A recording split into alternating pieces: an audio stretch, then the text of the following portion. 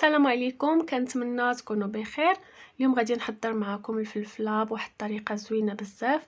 هنا عندي كيلو ديال الفلفله، غنوضعها في الصينيه اللي غنديرها في الفرن باش نشويها. من طبيعه الحال غادي نقلبوها على الوجه الاخر ملي غادي تشوالي.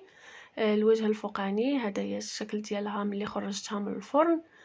هنا غادي نحيد عليها دوك القشور. خليوها تتبرد، انا هنا ما عنديش الوقت. خليتها غير شي شويه وبديت كنخدم بها. الا خليتوها تتبرد غادي تخدموا براحه اكثر.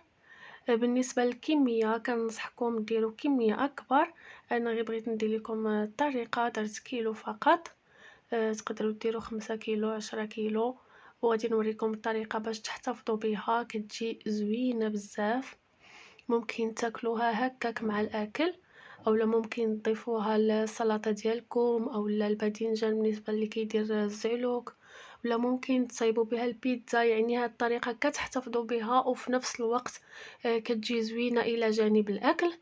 هنا من بعد ما قشرت الفلفله حيدت منها دوك القشور وحيدت منها دوك البذور ديالها. ما غاديش نغسلوها، ما غاديش نقيسوها نهائيا بالماء، غادي نخدموا بها هكا. هنا غادي نجيب واحد القنينه اللي كتكون محكمه الغلق، وغادي نستف هذا الفلفله بهذا الشكل هذا.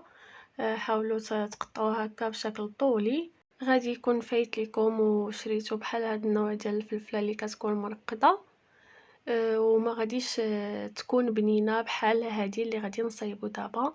وانتم الا جربتو غادي تلاحظوا الفرق. زائد انها ما غاديش يكونوا فيها مواد حافظه، غادي تكون صحيه. هنا تقريبا ساليت الكميه اللي عندي. كيلو عطاتني النصف ديال هاد الطاسه هذه اللي وضعتها فيها. هذا هو وقت الفلفله الحمراء، وهذه هي الايام الاخيره باش تقادى الفلفله الحمراء. اغتنموا الفرصه وصايبوا هاد الوصفه، غادي تعجبكم بزاف. هنا غادي نوضع الملح.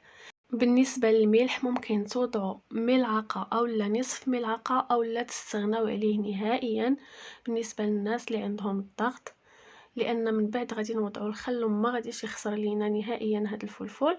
هنا عندي الخل ديال التفاح والخل الابيض، ممكن ايضا توضعوا واحد فيهم اولا تخلطوهم نفس الشيء. هنا غادي نوضع نصف كأس ديال الخل ديال التفاح، وهنا كاس كبير ديال الخل الابيض. سرعت الفيديو غادي يبان لكم بحال وضعت شويه، ولكن هاد القرعه كانت عندي جديده خويت النصف ديالها. غادي نحاول نحركها مزيان باش تنزل لي الفلفله لتحت، وميمطو غادي الملحه غادي تذوب. ونحاول ما نخليش الفلفله تطلع فوق داك الخل، نحاول غير بشويه نزلها باش يغطيها داك الخل. وصافي غادي نسدو عليها ونحتفظوا بها يا اما في الثلاجه ولا في شي مكان مظلم. وهذه هي الوصفه ديالنا. الا جربتوها اكيد غادي تعجبكم. ما بقى لي غير نقول لكم مع السلامه، اشوفكم في